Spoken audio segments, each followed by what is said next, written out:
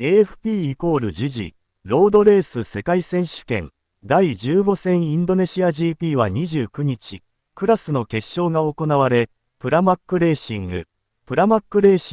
のジョージ・マーティン、スペインが優勝を飾り、総合争いのリードを広げた。マルティンは、レッドブルガスガステック3